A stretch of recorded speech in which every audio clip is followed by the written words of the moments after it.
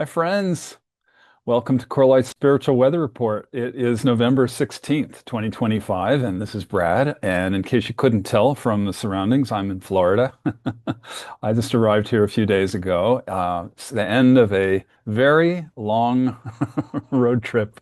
I was on the road for 5 months, driving and flying all over the United States, and I'm really happy to be settled here again in Florida for a month or so before I leave for South Africa. And I just want to say it was just absolutely delightful to be with some of you in person. I visited several cities and I led events in Boulder, Colorado, Ashland, Oregon, and Kansas City, Missouri. And, these were the first in-person events that I've done since pre-COVID, since 2019 in the US. And so it reminded me of just how wonderful it is to be with you in person. Zoom is wonderful. I love Zoom, and we should be grateful for the technology, to make this possible. But there's absolutely nothing that takes the place of being in person, being able to look each other in the eyes and give a hug and feel the energy of the room. So anyway, welcome to the new format. This is our first call with Zoom, and I can tell you many of you have been asking me to do this for a very long time. So finally, it's here. There's a little bit of a new format today. I've also had many requests over the years to try to keep the spiritual weather report shorter. And I know some people like it longer, some people like it shorter. We're going to try shorter today to see how it goes. I invite you to let me know. I'll do my best. I can never promise how long these calls will be, but I'm going to do my best to keep it a little bit shorter. So do let me know if you prefer that format and how do you like Zoom? I'd love to hear from you about that as well. So first of all, welcome. Welcome to everybody. Welcome to those who are new. Welcome to all of our old friends at Corelight. And whether you're listening live or in the future, it does not matter. We're all together in the present moment at this level that we're working in consciousness. No matter what linear time you're tuning in, we are all here in the field of love in the present moment. And for those who are new, every month I tune in on what's happening in the collective consciousness. And I'm always shown a few key themes to talk about on these calls. And this month there are 6 themes. I'm just going to read them to you. Excuse me. Here they are. The sun speaks is number 1. Reaching milestones, number 2. Number 3 is collective concerns. Number 4, healing betrayal. Number 5, practicing love. And number 6, remembering who you are. So for anybody who's new to the Spiritual Weather Report, I start by offering a quick, it's going to be quick today. I'm going to try to shorten things, but I usually start by offering a guided meditation and a prayer, and then I speak about the prevailing energies that are affecting us, and also about the spiritual principles that are most helpful to us right now. And then we have time for questions and answers, and then we close with a brief prayer and or guided meditation. If you need to leave before the call ends, you can always listen to the recording later. We do send out the link to the email list, and it's also posted on YouTube. Before we get started, I also just want to share a few little updates with you. Some housekeeping items. I'm going to read them. Yes, the next spiritual weather report is December 7th, and that's only 3 weeks away. And that's due to my travel schedule to South Africa. I'm unable to fit it in 4 weeks' time, as is normal. And then next, I'm very excited to announce that on January 4th, Sunday, January 4th, the spiritual weather report is going to include my special guest, Stephanie Austin, whom many of you know. Very excited about that. Stephanie is a longtime friend and colleague. She's a master astrologer. We're going to be taking a look at the year ahead, at 2026. So I invite you to join us. Look out for the email announcing that. Mark it on your calendar. Again, it's January 4th, Sunday, usual time. Let's see, the next thing. Ah, yes. I mentioned before that I led in-person events in Boulder, Colorado, Ashland, Oregon, and Kansas City, Missouri. And th these events were for lack of a better term, the soft launch of this new project I've been working on for a couple of years, and it's called Mind Yoga. I'm super, super excited about it. It's been a long time coming. If you've been around, you've heard me talking about it. It's a long time vision that I've had to turn our book, Leslie's and my book, The Marriage of Spirit and Light and Living in Today's World, into short animated videos. So we created 5 short animated videos, which really summarize the key points of the book. And the videos were well received. I was so inspired to share them and to see what effect they have. I wanted to let you know about this because the funders of the project have agreed to fund the next phase, which means next year we'll be launching it online and on social media. I'm not sure exactly what this looks like or when, but please stay tuned. I'm going to be very excited to share that with you whenever that's ready. Also, I've been invited to return to the 3 cities that I went to, and I just want to put it out there that if you would like me to come to your city, please reach out and let me know, and we can talk about the possibilities. You can always reach me at brad@corelight.org. A couple more things here. Um, I've been mentioning for a little while now that I'm leading retreats in South Africa in 2026. They're called Return to Joy. There are still spaces available. The one that's in April, April 20th through May 3rd, is for our Brazilian community. And the one that is May 14th through 27th for the English-speaking group. Um, Please, if that interests you, I'd love to see you there. It's now, there's enrollment happening. You can go to our website, corelight.org, go to the events page, and you will see it there. Last thing, we have completed our spiritual core balancing online course. It was successful. It's finished. Now it is available as an evergreen course. I did offer some live Zoom Q&A calls, and those have been recorded and they're now part of the course.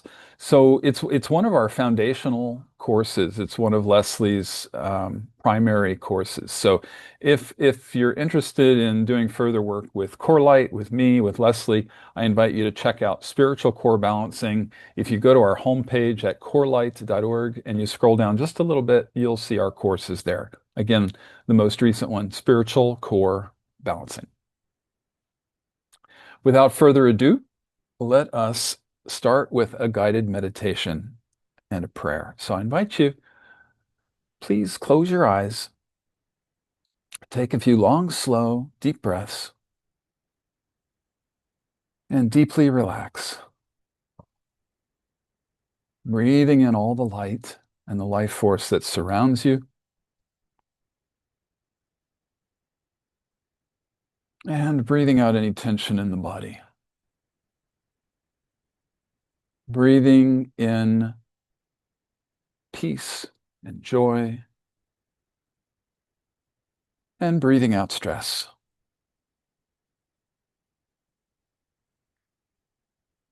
Breathing in the present moment. And breathing out any worries about the past or the future, just being right here, right now. Continue the breathing, and with each exhale, I invite you to just continue to deeply relax and let go. Breathing in all that wonderful light and life force that surrounds you. Just letting go. We get so busy in life that we forget to stop sometimes and practice letting go, practice relaxing. Physical relaxation is the foundation of the enlightening of our consciousness. So these moments that we can take to just let go and relax are so important.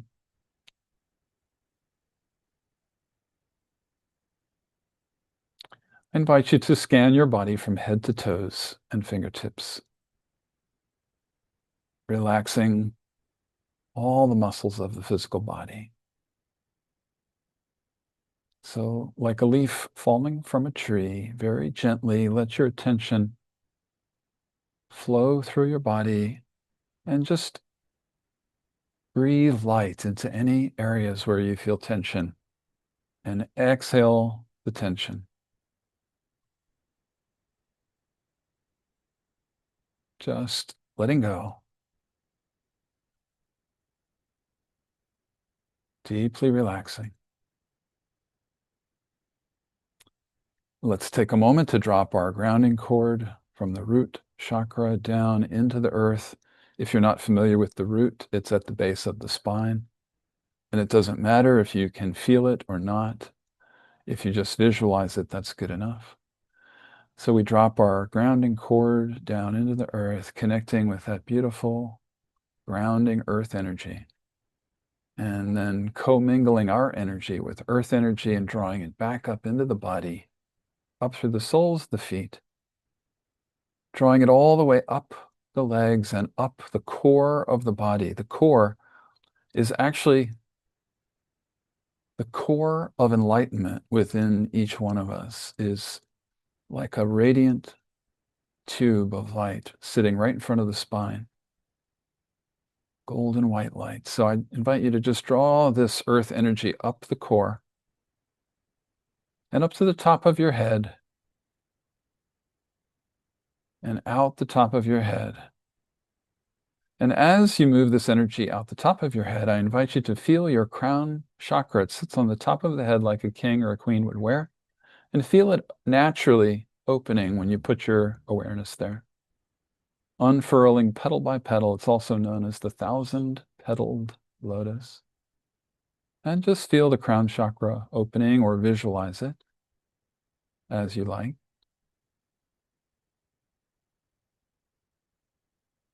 And be aware of your connection with the heavens above.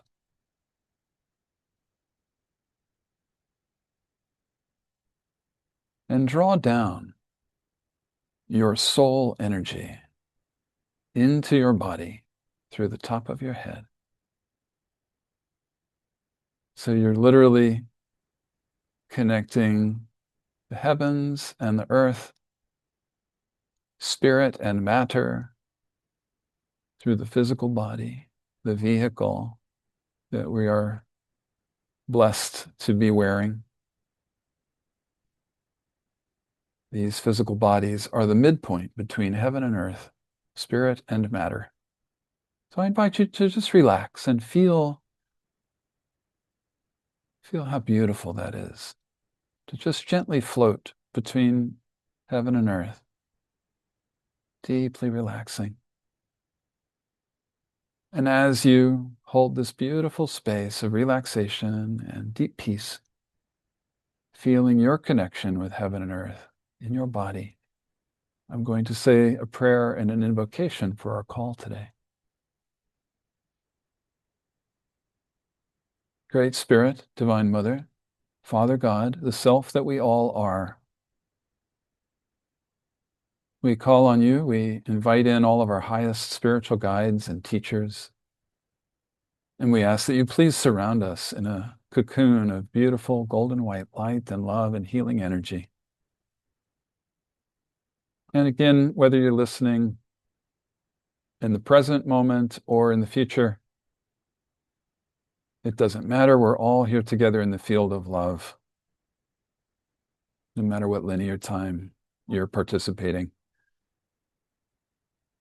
So we invite our guides to wrap us up in this beautiful cocoon of healing, golden white light and love and uplifting energy. We ask that you guide our conversation into the highest love and the highest wisdom, so that we can fulfill our soul's highest purpose in this life as we walk out into earth, shining our light brightly. And we give great thanks, knowing that this is so. While we're here in this beautiful state, I invite you to just send your heart light out to planet Earth, to Mother Gaia and all the life forms she supports, the whole of the natural world, including humans. Yes, we are part of the natural world, even though we sometimes forget that.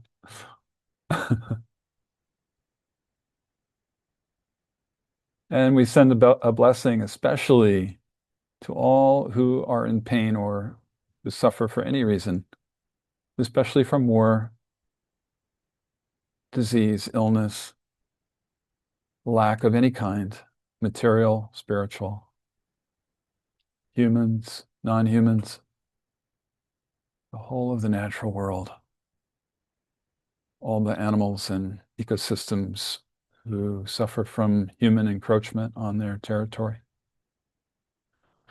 So we send blessings and love out to all life. And we give great thanks for this opportunity to be together today, to share our love, to sit together in this field of love, to share our hearts. So I invite you, even as we talk, to just be aware of this field of love and receive the energy. Talking can be fun and enjoyable, and maybe most important is the energy. This beautiful field of love that we get to be part of and receive. Thank you, thank you, thank you. Alalaho. Alalaho means, isn't it wonderful? It's Amen in Tibetan. So I invite you to slowly bring your awareness back into the room, into your body. Begin to wiggle your fingers and toes, and when you're ready, open your eyes.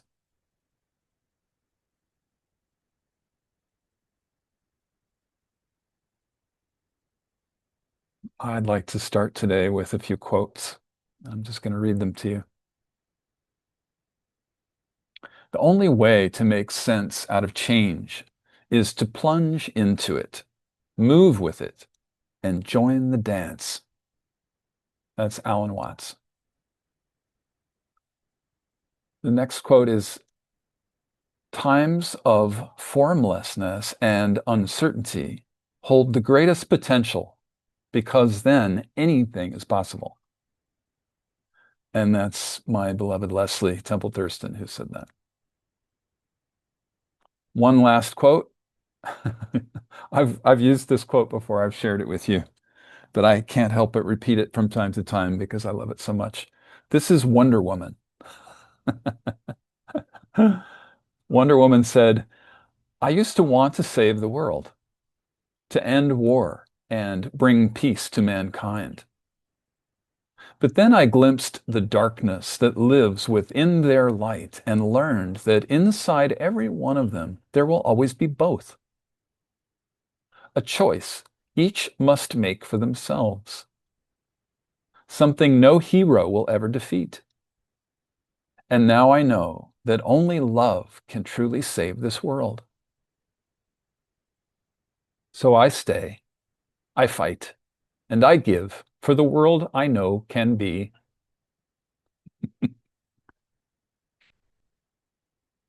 This is my mission now, forever. Very sweet. God bless Wonder Woman.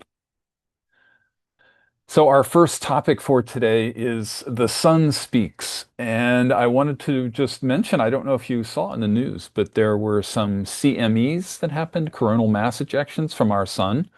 And it was absolutely extraordinary. It was known as a cannibal CME.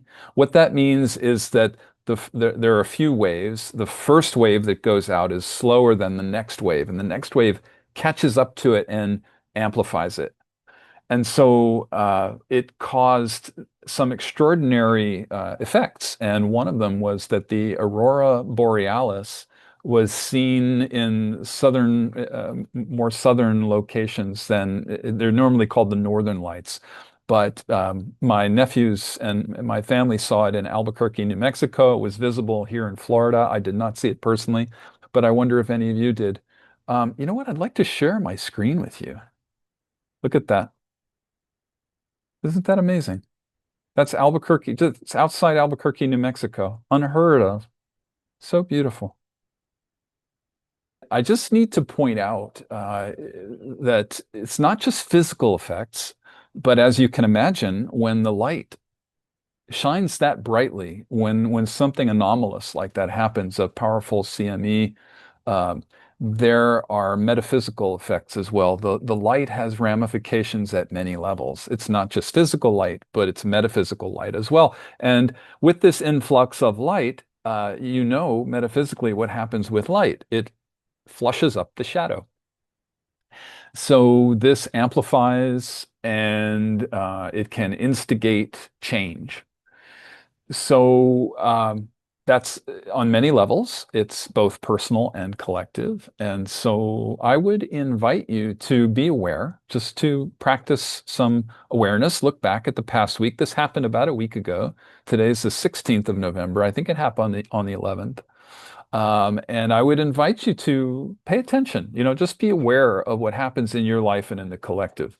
Um, what I see is collectively, you know, there are atrocities, uh, horrors, um, confusion.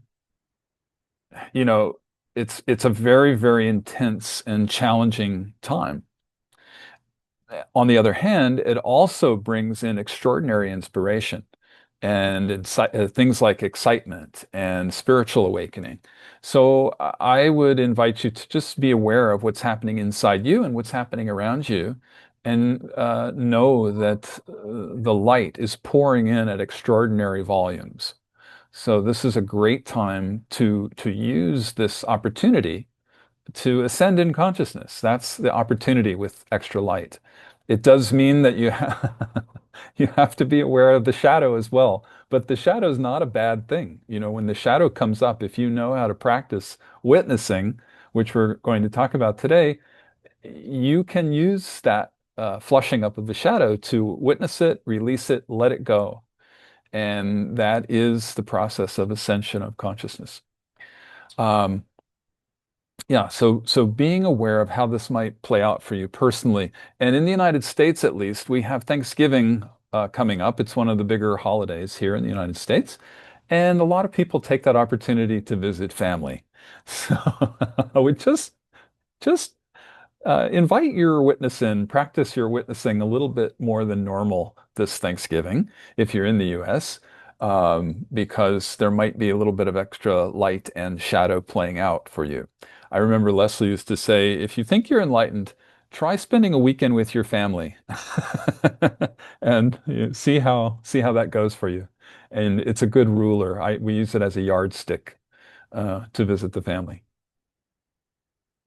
I don't want to say gird your loins, but depending on who your family is, you may want to consider that. Uh, the next topic is reaching milestones. So this came up when I was meditating. I got very clearly to talk about this. Um, Most people I know have been going through some kind of major milestone. There have been big changes happening for the last several months, and the wave of change continues. So I felt it was important to talk about particularly milestones. This month, November and into December, the energies are particularly intense, and so I would invite you to also just be aware that these changes are continuing. It does feel important that we talk about it again.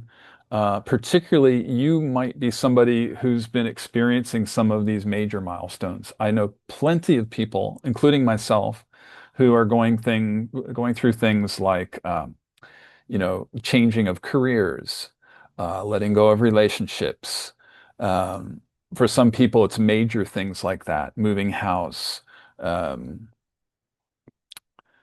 financial changes in your life, major relationship changes, whatever it is. For others, it may be minor. If that's not you, if you're not going through something major, I would invite you to look at the minor changes happening in your life and to see what kind of impact they might be having. It might be bigger than you think. It might be bigger than you were aware of if you choose to take a look at this and really examine what's happening with these changes. Um, if you're somebody who's not really experiencing a lot of change right now, then I invite you to just enjoy the stability. It's pretty rare these days that many of us get much stability. So if that's you, God bless you. Just enjoy it. You're one of the fortunate ones not having to go through major change right now. It's not just outer changes, but it's inner changes as well. There are plenty of people who uh, find themselves having significant spiritual awakenings, um, shifting attitudes about long-held beliefs, different kinds of inner breakthroughs. And of course, when that's happening, especially if you're engaging it, if you know how to engage those inner shifts, it leads to the outer shifts.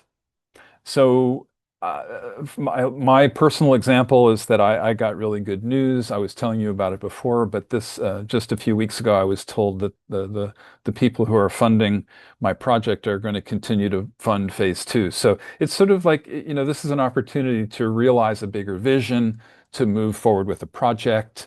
Um, Sometimes I know other people who, for example, if you're experiencing an estrangement from close friends or family, either that person might come back into your life, or you might find yourself at a much deeper level of letting go. And you might find a really deep peace inside yourself with not needing that relationship anymore. It's like a pruning. Pruning is happening as well as the new beginning, the new relationships, the new projects beginning, letting go of the old as well.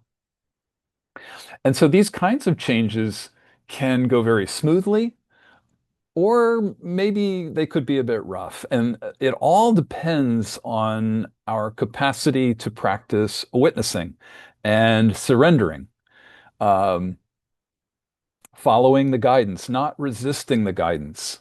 So this is a wonderful opportunity for all of us to practice some self-examination, self-inquiry, to see, to witness, where are we on this journey? How much are we resisting the guidance? How much are we able to surrender to the changes that are happening?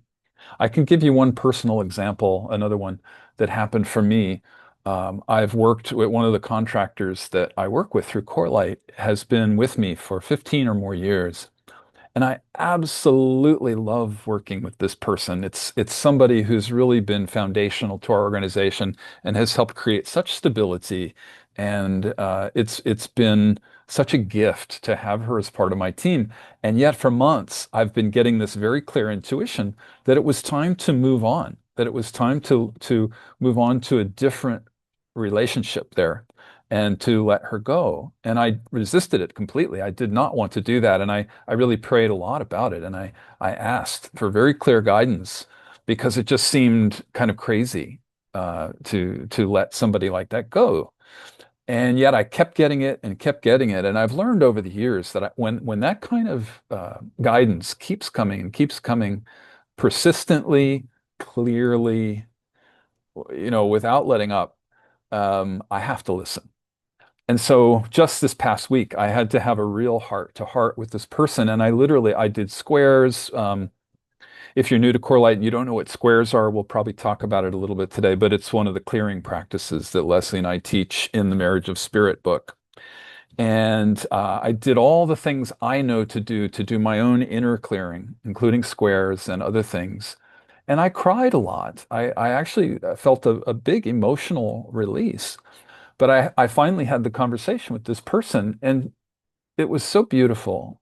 And her response was so loving and kind. And she said, well, of course you have to do that. That's what's best for Core Light. And that's all I want is what's best for Core Light. I just thought, oh my God, I built this thing up inside myself, and it was natural to do that. Um, and yet I saw the perfection of it after her response, and I really realized that she was also saying that she not only sees this as best for Corelight, but behind, when a door closes, another one opens, and something better is on the other side of that next door, and she knows that, and she talked about that. So I share that with you in case it's helpful because sometimes we resist these things, but it's always important to trust and to know that the guidance, like that kind of guidance, is always right for both parties, for all parties involved. Um, so I want to say that so much of this comes from deepening into our witnessing practice. If you've been around Corelight for any period of time, you know what witnessing is. If you don't know, the witness is what's known as the objective observer. It's that part of us that is detached, that is aware, is mindful. It's connected to our soul. It knows that this world is an illusion, actually, like quantum physics tells us. The world is not solid and real, even though when you knock on the table and it sounds real and it feels real, it's actually 99% space. And so we get to wear these bodies for a few years, and then when we drop them, we leave the body behind, but the true essence, the soul, remains. That's who we truly are, is that soul essence. And the witness is connected to that part of us. The witness is aware, even if holding on by a thread, knows that that's who we truly are, that soul essence, pure consciousness, pure awareness. And the emotions, the thoughts, the experiences of life, they are all just passing through us. Um, so if you're practicing witnessing and you've been doing some of the inner clearing work that I always talk about, we call it shadow clearing or egoic clearing, or it also these practices are also strengthened through meditating if you're a meditator. But what I know to be true is that if you're practicing all these things, at times like this, you might surprise yourself. Something that might normally trigger you, you might be able to let it pass through much more quickly and easily than ever before. You might find a new level of witnessing that you didn't know you had.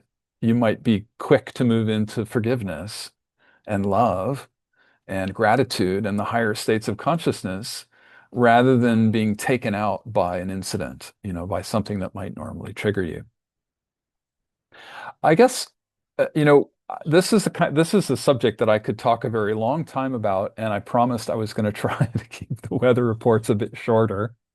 Uh, So let me just offer a little, if this is a subject that interests you and you need some support, I would invite you to take a look at the Marriage of Spirit book to do the polarity processing practices we offer there, polarities, triangles, and squares specifically. The new project I'm working on, Mind Yoga, will be teaching those very, very quickly and easily. But for now, the way to find out about them is in the book, The Marriage of Spirit. The other thing, if you want more on surrender, surrender being such an important part of our path nowadays, I would invite you to consider taking the Spiritual Core Balancing course that I talked about. It's our latest online course, and there's an audio session in there about surrendering. It's called Surrendering. So that's also a support if that's of interest to you. You can find that on corelight.org's homepage. The other thing that I want to mention, have you ever read a book called The Surrender Experiment by Michael Singer? If you haven't, I would invite you to check that out if surrender is something that interests you. It's the best book on the subject that I've ever read. Highly, highly, highly recommended. Hard to put it down. The depth of his surrender, it's a true story. It's about his story. And he surrenders with each passing chapter. Just when you think it's almost impossible to surrender, he manages to surrender. And so it's very inspiring. If you're walking that path of surrender, I would invite you to read The Surrender Experiment by Michael Singer. Okay, the next topic. Collective concerns. Okay, so when I meditated on the themes for today, I saw very clearly a couple of things that are up in the collective. The first one was fear. Fear has always, fear is always there, but there was a new level of fear.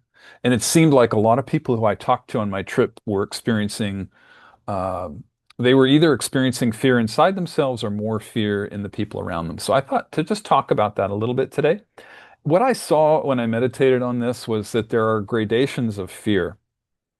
And it starts with simple, what I would call concerns, you know, concerns about the state of the earth, situations that are happening on the planet, collectively. And it can go quickly to worry. That's sort of a deeper level of that. And then it can move on to full on fear. And I would say at the far end of the extreme would be panic and terror, you know. Um, and I would imagine that probably most of you listening to this are not in that situation. My guess is this group is probably somewhere between the concern and the fear, probably tending more towards worry than anything else. Um, I would say also, I know a lot of people who attune to these calls are very much strong in the witness, not buying into the worries and the fears. And a lot of us are very stable in our inspiration and our excitement about what's happening, the changes that are happening on Earth. Even though it seems like it might be a disaster, we can see beyond that and we see that it's not. We see that there's a new paradigm of the heart birthing as the old paradigm uh, leaves, dissolves. So, if that's you, if you're in the inspiration, fantastic, enjoy it. This will just be a reminder for you, but I felt like I was supposed to address these other levels. Like I said, it starts with concern, and there's nothing wrong with concern at all, of course, because we see all kinds of horrible things happening on the planet. And if I guess if you're not concerned, then that's probably that's probably a red flag for you too. Maybe you're not paying attention, but I would imagine pretty much everybody's concerned about what's happening. Concern does not have to include fear. For me, concern has a lot to do with empathy. I would imagine if you're listening to this, you're probably somewhere on the empathy spectrum. Some people are somewhat empathetic. Some people are full-blown empaths who take on energy of other people. And wherever you are on that scale, I would imagine you're very concerned and you care a great deal about what's happening to people and to the earth and the whole of the natural world. We all have this um, a desire to alleviate suffering, to help people and the natural world move through pain and suffering. So again, nothing wrong with this. It's just I'm inviting you to bring in your witness self around it, to call that witness part of you in, to identify what's happening inside you around that. If it moves from concern into worry, then that's a place where we can all do some work, some inner work, some what we call the processing work, the self-inquiry work. And why do I say that? So what is worry? Worry is a small fear. So worry is a little dose of fear. And what a lot of people say is when we worry, it's like praying for the thing we don't want. I would imagine a lot of you've heard that before. I do talk about it quite a bit, but it's important to acknowledge this at a time where there's a lot that we could be worried about. And especially because in our culture, we're taught that to love somebody is to worry about them. And if you look at the irony of that, worry is fear. And so love is an opposite of that. Love is an opposite to fear. And so when we worry about somebody, we're actually wrapping them up in, or something, or let's say, an animal species or an ecosystem or whatever it is that we worry about, we're actually wrapping that person or that group, that aspect of Gaia, we're wrapping it up in a big tangle of dark energy, like a web of dark energy, and it entraps them. So that's a place where we can practice our witnessing and letting go of worry. I would imagine pretty much everybody must have some practices that you do to let go of worry. I know almost any course, any of our online courses that you take have all kinds of exercises to release fear and worry. Um, so I won't go into them here. Um, Again, in the spirit of keeping this briefer than normal, let's just talk a little bit about moving from worry into full-blown fear. And when I was traveling around, occasionally I would meet people who were talking about chaos and a dystopian future, fearing catastrophe. And that's what leads to the terror and the panic. And so again, I don't get the sense that if you're listening to this, that's you, but you might know people who are in that, and you might be experiencing some of that yourself from time to time. So if that is you, um, what do we do about that? How do we work with that? And like I said, there's so many ways to work with fear. I really don't want to get into it. This could be a several week seminar to talk about this, but the place to start, for me anyway, one of the things I always recommend to people is, you start with naming the fear. You start by witnessing the fear and you say, fear, or fear of fill in the blank, whatever that is. And then you do some self-inquiry work around that. But that's the first step, is naming what it is. The second step is to ask, what is the opposite of this? So I'm asking you right now, what is the opposite of fear for you?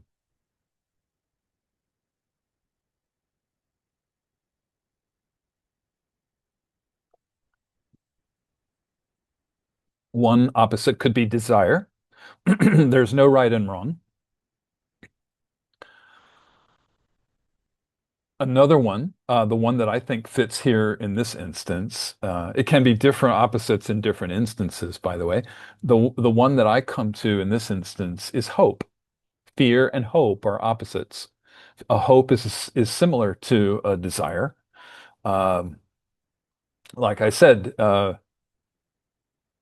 we fear the dystopia, we fear the chaos, and we would desire or hope for the opposite of those things, for order, for the new paradigm of the heart to be birthed instead of a chaotic dystopian future.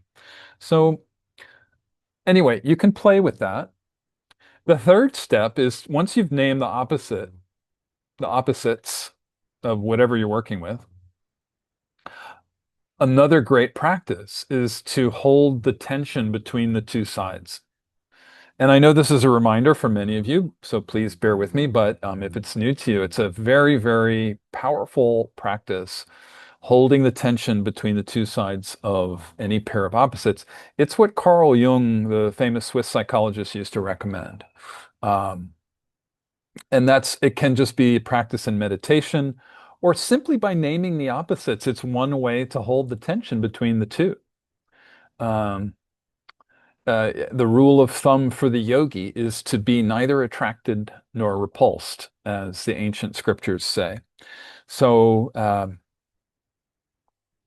so I think I'd like to wrap this up. I think you understand what I'm saying. I don't want to belabor the point. I guess what I'm inviting you into here is to just consider where you might be on that spectrum, from concern to worry to fear to panic and terror, and witness wherever you are.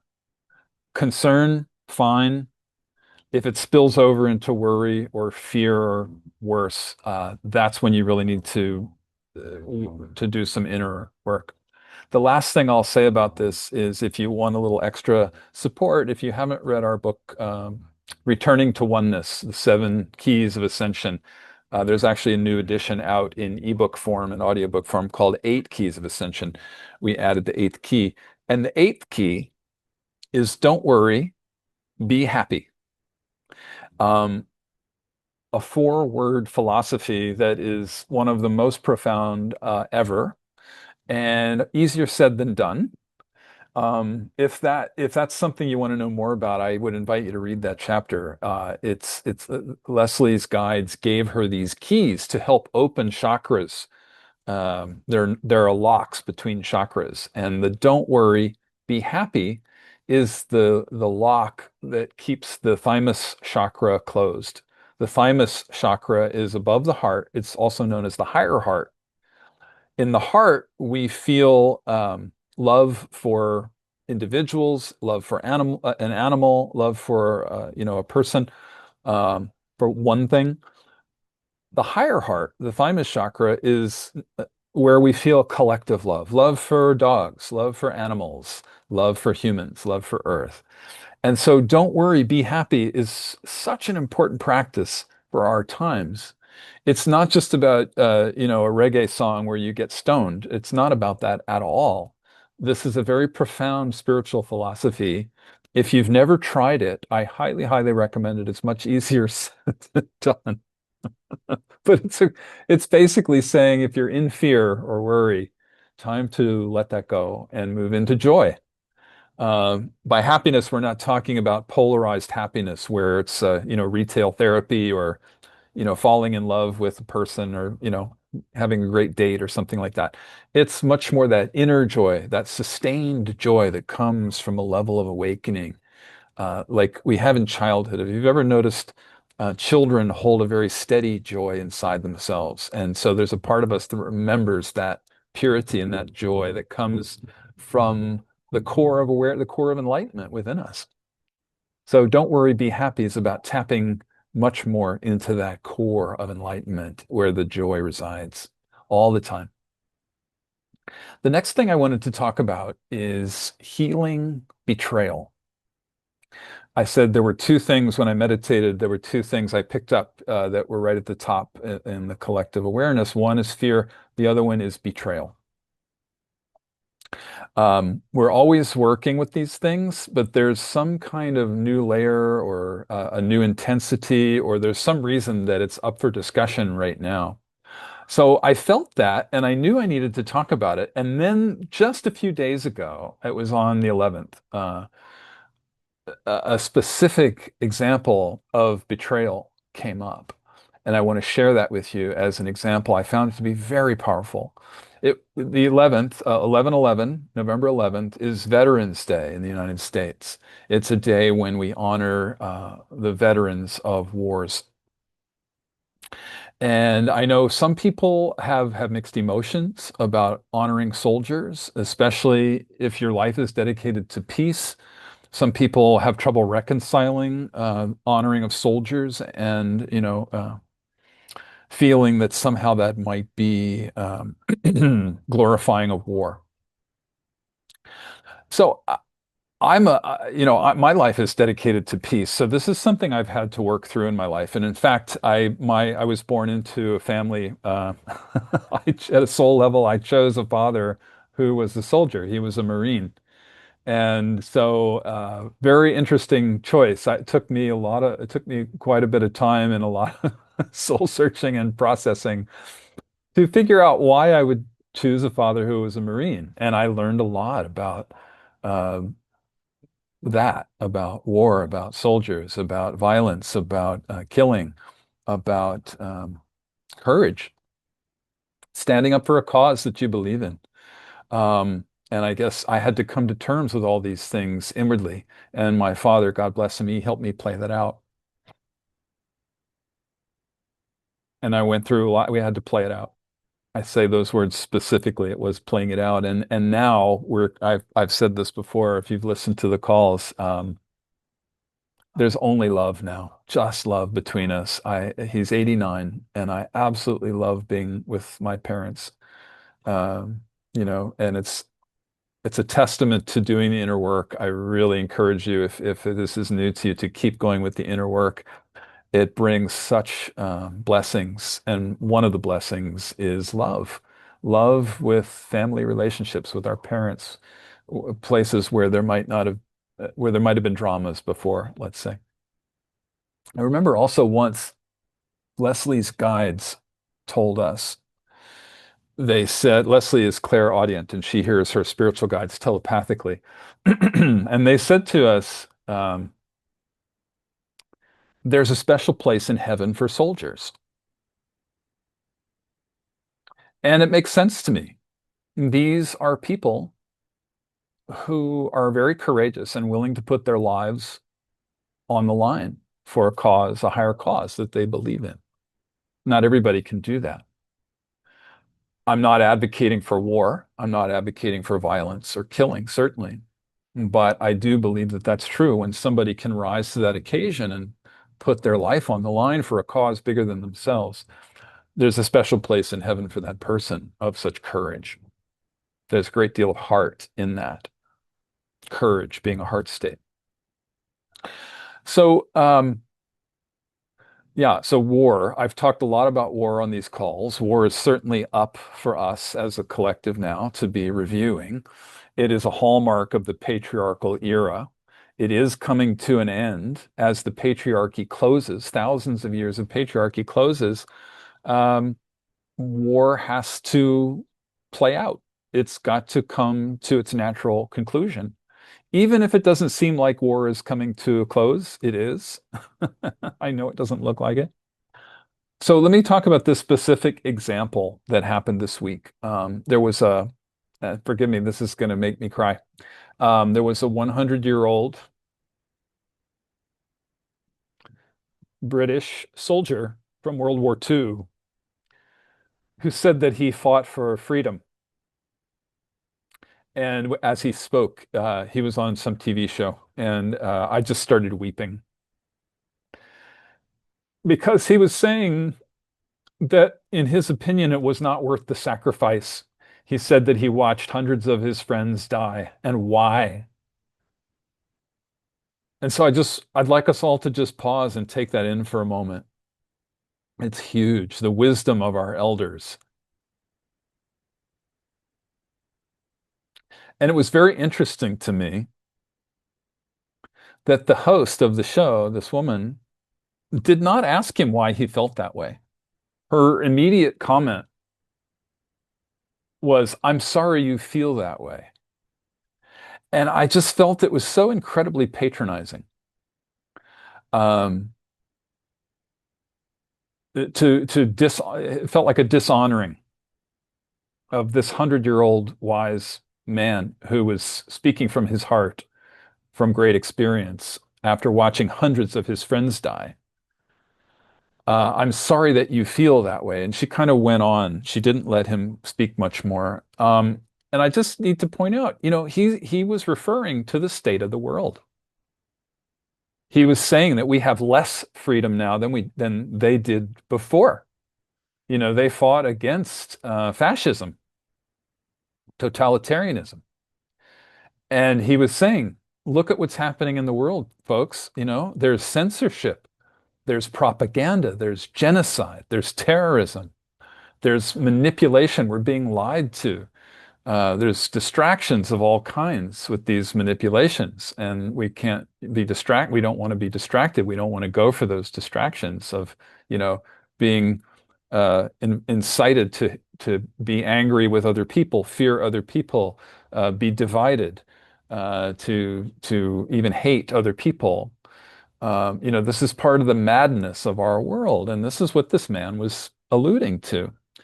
And I think he was voicing how many of us feel. He was talking about betrayal. Many of us are feeling betrayed by a system that we were taught to trust in. So he's not alone. I know many, many soldiers come back from war feeling this way.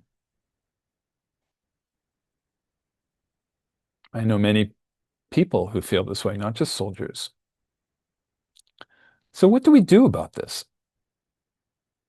How do we go through the feelings of betrayal And like I said before, it always begins with naming what's happening. And that's why I'm talking about this. I don't mean to bring us down.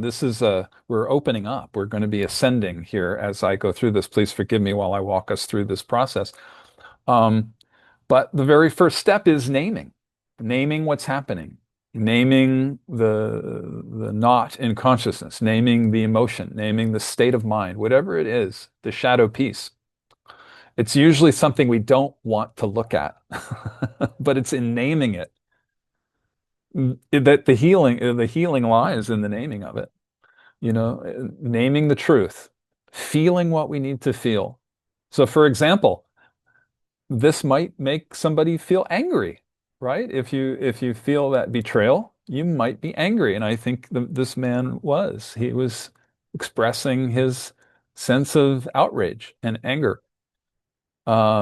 So we name it, we express it, we vent it. As long as we're holding our witness, we don't want to vent it and make it real.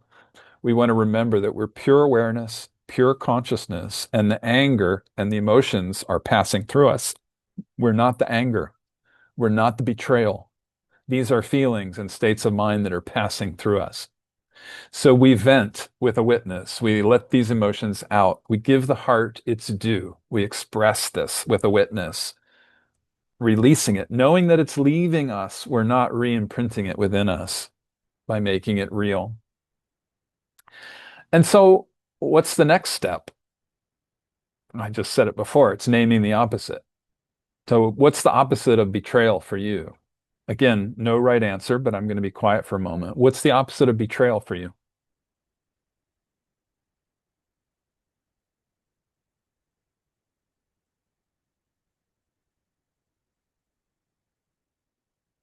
One that comes up for people is loyalty, betrayal and loyalty, or trust, faith. There's an interesting one that came up for me this time. One of the reasons I'm bringing this up with you, I saw a new one. I've never used this one before, and it might be a little shocking. So I'm going to share it with you. What came up for me was obedience. And the reason that one came up, again, there are no rules. It's whatever's right for you. This is what's for, I'm only speaking for myself here, but I want to share it with you because I had a powerful breakthrough because of it. What I saw was that, the word loyalty is an interesting word. It can go many different directions. It can be a very noble, high vibration quality. And loyalty can also mean obedience. And I remembered when I was tuning in on this, I remembered, in childhood, we're all taught to obey. To obey is to be good. To disobey is to be bad. And that's ingrained in us deeply as children. Our schools give us report cards, showing if you're good or bad, smart or dumb. This is like the polarization. And another one is to behave, and to conform is to be good. To obey is to be good. To question, to color outside the lines, to question authority. Traditionally, those were considered bad things. I think that all started to change in the 1960s when I was growing up. It was a time of rebellion, and people started questioning authority. There were even bumper stickers about questioning authority. And, we were invited to start coloring outside, coloring outside the lines. Um, but that teaching to be obedient, to be loyal in that way, to a system, to a nation, to a government, to trust it. That's what was taught. It's what was encouraged. We were invited into that. So whether you did that or rebelled or whatever, it's still going to affect you. Whether you believe that applies to you or not, it's in the collective, so it is going to affect you. And in return, of course, we believed that we would have things like freedom and peace and these qualities that we all want in life, right? We want peace and we want freedom and we want to be able to live our joy, to live our happiness. Um, and when we don't get that, and when there's censorship and totalitarianism and these other things that we've been talking about, we feel betrayed. And this is what that soldier was voicing for all of us. Betrayal is up in the collective. So how do we heal betrayal? Um, there are many, many ways to go with this. And again, in the spirit of trying to keep these weather reports a little briefer, uh, let's do a triangle. If you've never done a triangle before, they're super easy. You just take the pair of opposites and you put them at the baseline corners of a triangle, and at the apex of the triangle, you write what we call the ascended balance state. And that is a word or a phrase that ascends and balances the polarity, puts you up in the heart. Um, so what comes up for you with this polarity we're working with? My polarity that I did was betrayal and obedience. What word would go up at the top of that triangle? Trust, faith, love, forgiveness. These are qualities of the heart. So any of those can be, often with triangles, there are many words up at the top, and those are the ones that I came up with. You might find your own. Um, so that's one beginning. It's a very, very beginning stage of finding our hearts in all of this. But how do we do this? How do we, face the changes of our world and the challenges and choose love? How do we choose love? How do we choose the heart throughout this? We've been talking a lot today about the polarities. So polarities and holding the tension between the two sides, doing triangles. These are excellent ways to begin. I thought maybe we could name a few more practices because I know practices are very practical. Um, so that's the next topic. Let's move on to that. Practicing love. One of the practices is practicing neither believing nor disbelieving. And I speak about that a lot on these calls. That's such a powerful practice for our times. It's one way to hold the witness. It means you can take anything in and you simply hold the tension of neither believing nor disbelieving, just allowing it to be there, whatever it is. And that allows us to hold a heart state. Often it helps anyway. Um, so again, it's the tension, holding the tension. It means naming the issue and allowing the heart to express itself with a witness, feeling the emotions passing through, and then asking, what's the opposite? So that practice in itself is super powerful, helping us to stay in our hearts, helping us to love our way through this. I guess a little bit of background would be important here. So in the three-dimensional reality, call the Muggle world, if you will, the normal waking reality for most humans is where the heart opens and closes like a valve with negative and positive stimuli from the outside. We get positive stimuli, the heart opens, we're happy. We get negative stimuli, somebody says something nasty to us, the heart closes. We often get angry. Um, the metaphysical truth, and this is the path, the spiritual path, is that we don't have to live that way. We can live with a permanently opened heart. We can live in love even when the outside world challenges us, not just with positive stimuli. Anytime we can keep our heart open. That's the training. It's specifically the training of at CORELIGHT. This is what we teach is through the witnessing and through the polarities that Leslie and I offer in the Marriage of Spirit book and in all of our online courses. So it is possible to live that way. I'm looking at the time and how deeply do we go into this? So living with a permanently opened heart. Let me just see what I want to say to you. I guess I want to answer the question with a question. If you could name one process, one knot in human consciousness that's holding the entire world back, what would it be? The number one knot in consciousness that everybody's working on right now. And if you've been around for a while, you know the answer. I talk about it from time to time. It's transcending victim tyrant consciousness. That's the journey. transcending victim tyrant consciousness. It's this collective journey and personal journey that we're all on. And it's about moving from the paradigm of, you could call it patriarchy, you could call it separation.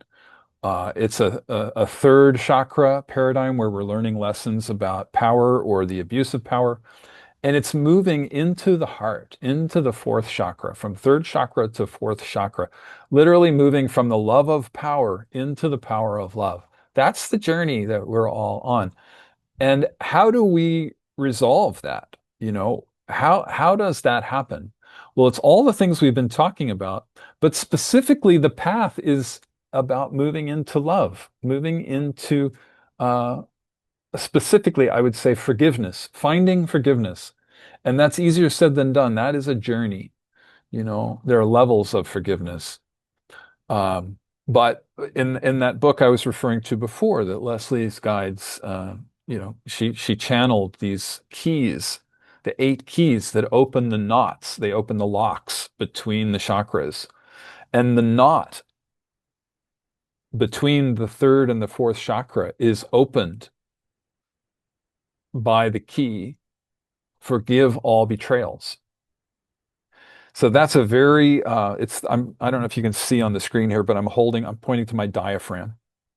The diaphragm is a thick rubbery muscle, and it's the physical manifestation of that knot in consciousness that we hold. It's a very dense area because it's the most difficult to get through.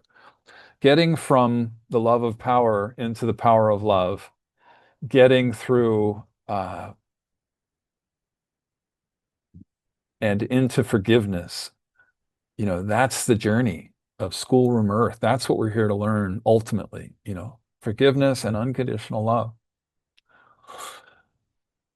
Okay, so there's so much that can be said about this. If that's a subject that interests you, I do recommend the online course that we offer at CoreLight called The New Paradigm of the Heart, Transcending Victim Tyrant Consciousness. You can see it at corelight.org, The New Paradigm of the Heart. Let's see. I'd like to wrap this up. I want to speak about, we're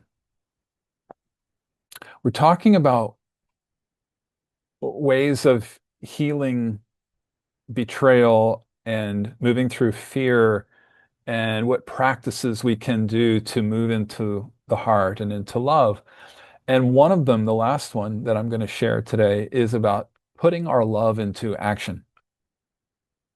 And that's one, I think everybody loves to do this. It's great to get off our meditation cushion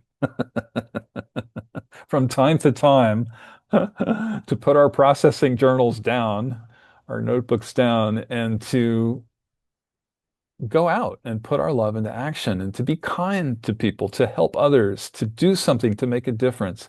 We call it planting seeds of light. Seeds of Light is the name of our humanitarian arm in Africa, uh, in South Africa. And honestly, this is something we can all do, and I think, our path of awakening is the greatest gift we can give the earth. And this is right up there with it. It's part and parcel of it, really one of the things we can all do. I was going to say the only thing we can really do, but it's not the only thing because we can work on ourselves. But putting our love into action, planting seeds of light is so powerful. It can be as simple as sharing our love and our wisdom with people. It can look like anything you want it to do, even an act of kindness. But to me, this is one of the most important activities, one of the most important practices of our time. And it reminds me of, I've been talking to people who kind of feel disheartened, and that word is important, disheartened, like disconnected from the heart, like the heart is gone. When we feel hopeless, when we're in fear, when we see atrocities happening in the world, it can be disheartening. It can take us out of our heart. And sometimes that makes us feel hopeless. Hopeless being the opposite of hopeful. Fear being an opposite of hope as well. puts us into the fear, into the hopelessness and fear. And I guess I say this because the prayer, the serenity prayer came to mind very much as I was talking with people this past month. It just feels so important to remember that serenity prayer. I wrote it down here. I'm going to read it to you.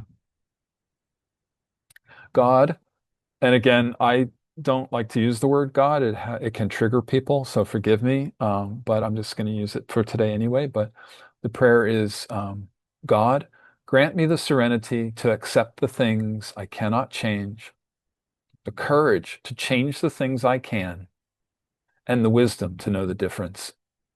So if you're suffering from the atrocities of the world and feeling disheartened and hopeless and afraid and betrayed, this is an important prayer for you because what it's telling us is that those are big things that we may not be able to do anything directly about.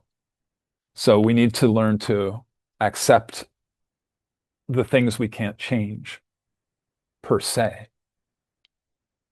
But we can do other things, and we can have the courage to face ourselves in the mirror to do the inner work.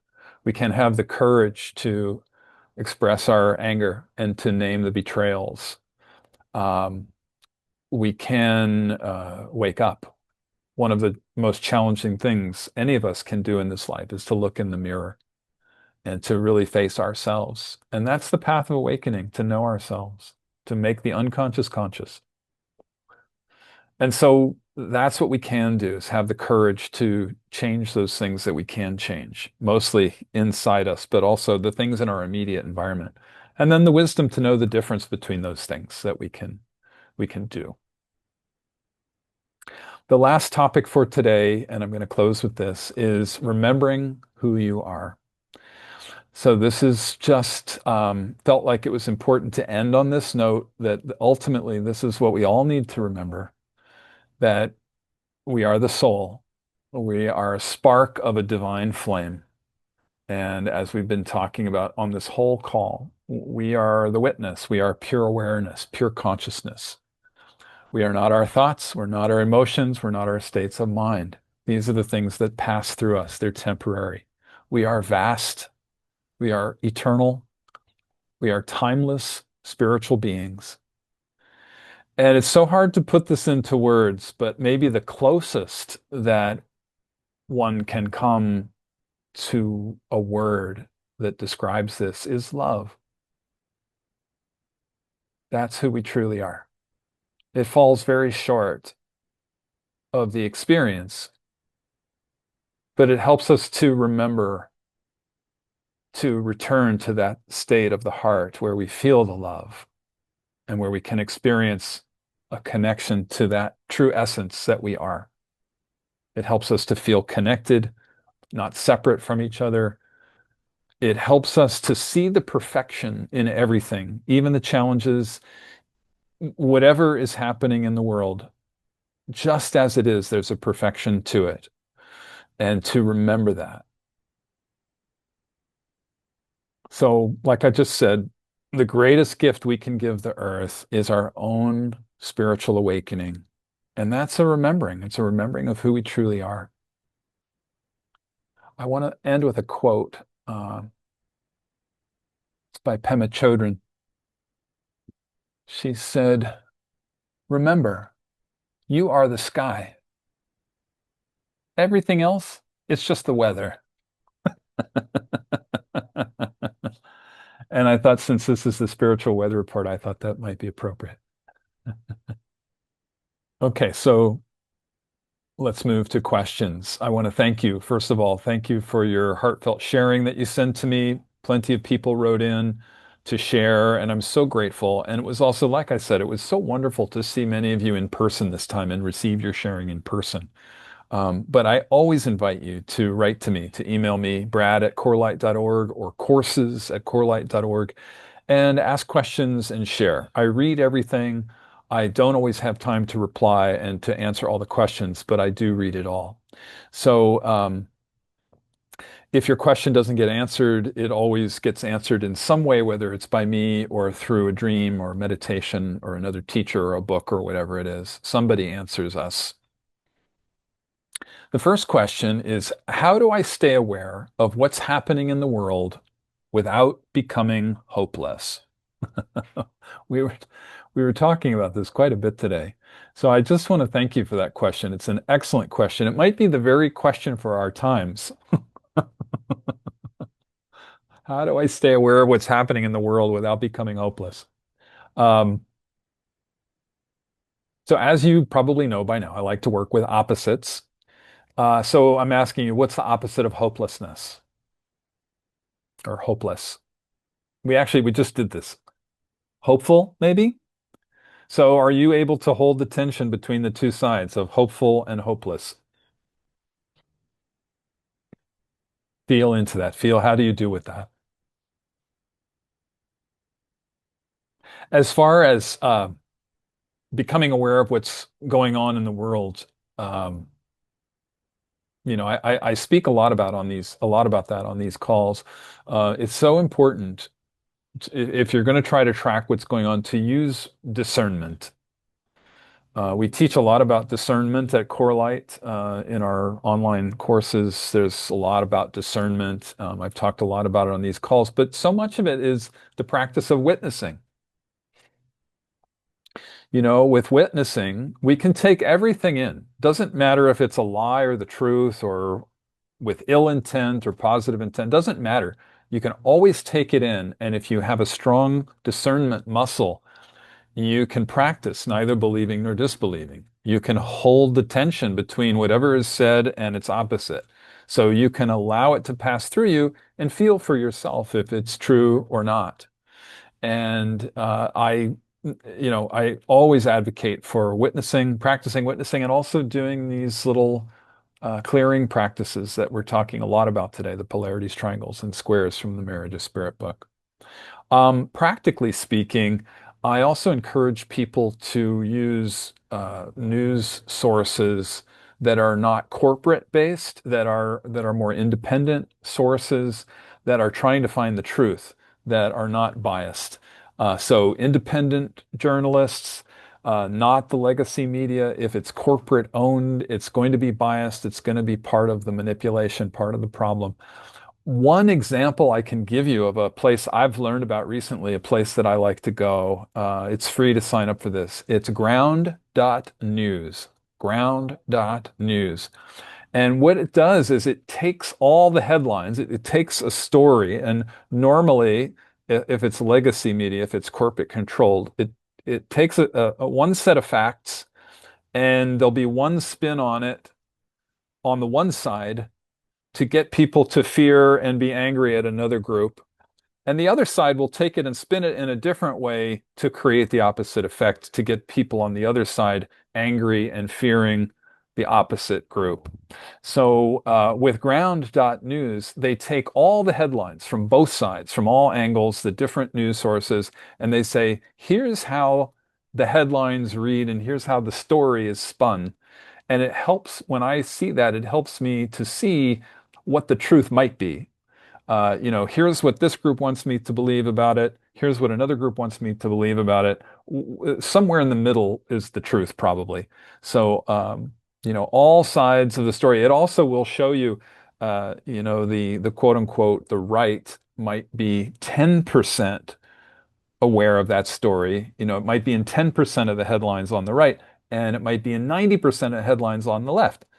So then you get to see who's getting the story and who's not even getting the story. So it's very helpful, I find, to find sources like that, independent journalists and this place called ground.news. Very helpful.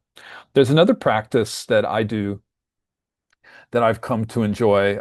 As I said, I was on a 5-month road trip driving all over the United States, and I got to listen to a lot of audiobooks on the way when I wasn't singing along to my favorite music. And what I liked to do, I found this to be a helpful practice, was I would listen to one, what I called a shadow book, and then I would listen to one light book. Um, I found that that was helpful because it helped me stay in touch with what's going on in the world by reading the Shadow book, really digging into what's happening on the earth. Um, and then reading a book that's just about a near-death experience, where they talk about the light or, some very spiritual, uplifting topic. So the two books that I read most recently, the Shadow book was called One Nation Under Blackmail: The Sordid Union Between Intelligence and Organized Crime That Gave Rise to Jeffrey Epstein. It was two very big volumes, and I already mentioned on One Weather Report a few months ago, that was volume one. And then I read some books of light, and then I came back and I finished volume two. I just finished it. And I was asked on the road by some people, why are you reading that? Like what's in that for you? They were very surprised. The people who were asking me about this were very surprised. And I said, well, it's my search for the truth. There's something about wanting to know the truth that is very healing. Not that we can always find it, but we can try and we can practice our discernment, because right now it's very difficult to find the truth and to discern the truth. But I've got a pretty good radar, so I know, I practice neither believing nor disbelieving. But I found that particular book to be very challenging to read, but it's extraordinary in terms of the truth it presents. It's like a history book. It just presents facts. It doesn't jump to conclusions. Um, so it's about naming the hidden unconscious side, the shadow side, if you will. And that is the first step in any healing journey, like we've been talking about today. First step is uncovering the hidden component, naming it. So that's why I occasionally read a shadow book, what I call a shadow book, or a truth, call it a truth book if you want. And it's an opportunity to practice witnessing. And so the light book that I just finished reading is called Breakfast with Buddha. A dear friend recommended it, and I absolutely loved it. It was a novel. It was just so entertaining, very funny, very deep spiritually, very lighthearted, but meaningful, uh, full of laughter and tears, very sweet. And then I also started listening to these are audiobooks. I started listening to the sequel called Lunch with Buddha. Very entertaining and joyful. The upshot of it is that it's a skeptic who's set up in a situation where he has to drive across the United States in a car with a Buddhist monk. And it's about their conversations and their adventures and just lots of fun. Breakfast with Buddha, lunch with Buddha. There's two more. There's dinner with Buddha and dessert with Buddha. Highly recommended, especially the audiobook. The actor who reads it is brilliant. So I just want to close out on your question, your excellent question, by saying, uh, whatever you do, however you stay informed about what's happening in the world, remember who you are. Remember what we talked about today. This world is an illusion. You are vast and eternal and timeless. And one day you're going to drop this body like sloughing off an overcoat, slipping off an overcoat, and you will remain. And you'll see that this was all just an illusion. So, not to take it too seriously, it's just planet Earth.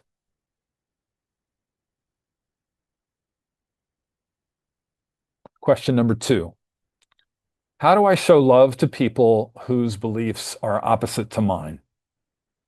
How do I show love to people whose beliefs are opposite to mine? Well, thank you for that question. I'm going to answer fairly quickly. We've already been talking a lot about this today. But I want to say that it starts with tolerance. It starts with understanding and tolerance. I don't know which order that would go in, either tolerance and then understanding, or understanding and then tolerance. But um, in case it's helpful, just remember that their beliefs are generally formed by whatever media they're taking in. And as we all know, there's one set of facts and there's two spins on this one set of facts to get us to fear each other and be angry with each other and divide, to separate. Um, I had a I had an experience of this.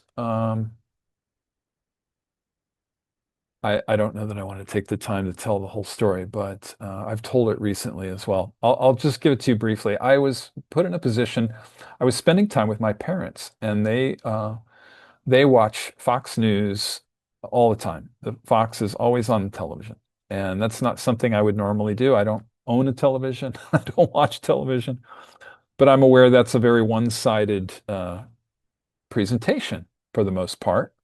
I think any news is probably 90% accurate, but there's a 10% spin on things. So I'm not saying it's all bad and wrong, but I'm just saying that that's one side. And I was exposed to that. And as I was exposed to it, I thought, oh, this is a great opportunity to practice witnessing. So I would sit with them and I'd watch um and I thought, gosh, if you're only watching this, you would think politician X is a saint. You would think this politician is wonderful, and then you go and watch the opposite news, like CNN or ABC or NBC or these other stations. And if you watch that, you would think politician X is the devil. He's Satan or she or whoever. Like you can just fill in the blank with any politician or any situation on the planet, and it's so polarizing right now. So when I realized that, it just all depends. How can I get upset with these people? They're just believing what they're told, and if that's all they watch, then it's going to be polarized. So that was helpful to me to see that and to really realize there's one set of facts with two spins, and depending on what somebody's taking in, um, I can have complete understanding and tolerance for those people. It's meant to make one side think the other is either crazy or stupid or at worst, not human, subhuman. Um, and I remembered at the Nuremberg trials, one of the Nazis was quoted as saying that the purpose of propaganda is to dehumanize another, like to make one set of people dehumanize another set of people. So realize that we're being subjected to more propaganda than maybe ever in human history, and learn to have tolerance for other people. First of all, extract yourself from it. Certainly don't polarize. And second of all, learn to understand and have tolerance for people. And then that leads to respect for people. The next step on the path is respecting them. The next step beyond that would be having compassion for them, maybe. Or maybe those two are switched around. I don't know. And then ultimately, we want to move into forgiveness and unconditional love. That's where we're all headed. The new paradigm of the heart is about the forgiveness and the unconditional love. So anything you can do to move into that state is essential, I would say. And it begins with tolerance and understanding. So I hope that's helpful. Let's just mention that forgiveness, since I keep saying forgiveness is the ultimate direction we're headed, um, that's an inside job. We forgive other people for ourselves. We're not forgiving them to condone what they did or forgiving them for them. We are forgiving them so that we can heal and we can let that go and let them go. And there's so much more that could be said about that. But the course that I mentioned, the New Paradigm of the Heart course, if forgiveness is a subject that interests you, I focused really heavily on forgiveness in that course, and so that's the healing. So every session of that course has different forgiveness exercises. And with that, we're going to close for the day. So, gosh, hour and a half. It used to be 2 hours, so now we're going to try to shorten it even more. I hope, but let me know how you like the new format. Let's close with a little prayer. I invite you now to close your eyes, take a few long, slow, deep breaths, deeply relaxing, breathing in the light and the life force that surrounds you, and breathing out any tension that might have gotten stirred up by our conversation. Breathing in peace and breathing out stress.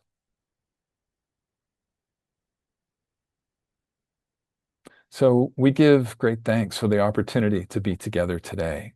We close our circle now. We close the field of love and this time that we shared with a prayer. We make an offering back. We give back to Spirit the imbalances that we mentioned today, some of the polarities that we talked about, betrayal and obedience, uh, hope and fear.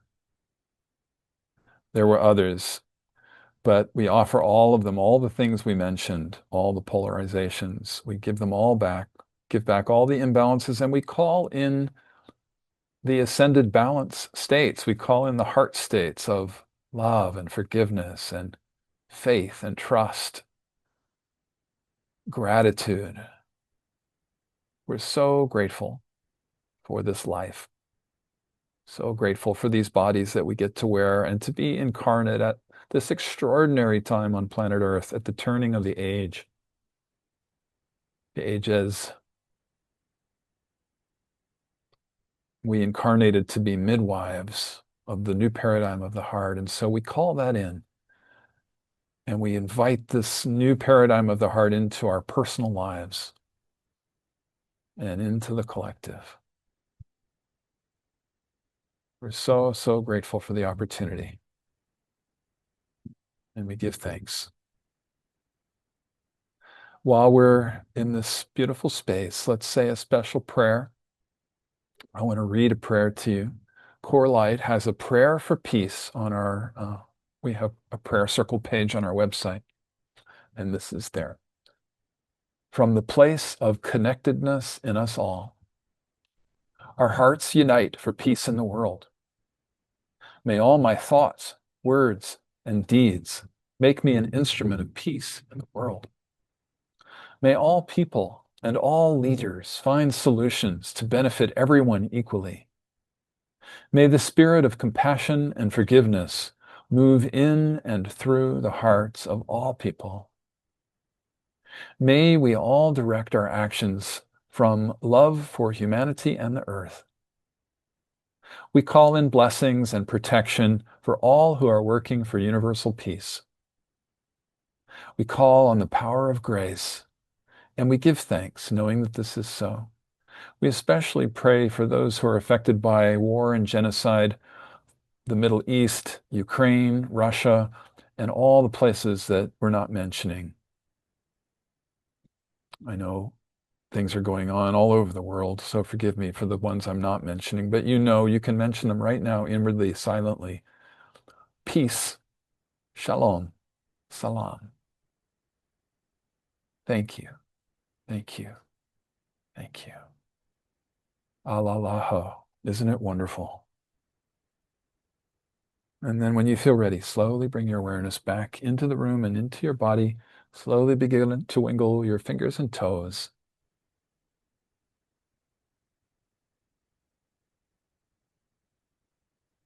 I just want to thank you. It's so wonderful to be with you on these calls. I love it. And I'd love you to let me know how you like the new format. Do you like the Zoom? Do you like the shorter? Let me know. I look forward to hearing from you. And remember, the next spiritual weather report is going to be in 3 weeks, not 4 as normal. So I look forward to seeing you. Let me get the date here. I'll mention it again. The date is December 7th. Much, much love to you all in the meantime. I send you a big hug. All my love. Bye for now.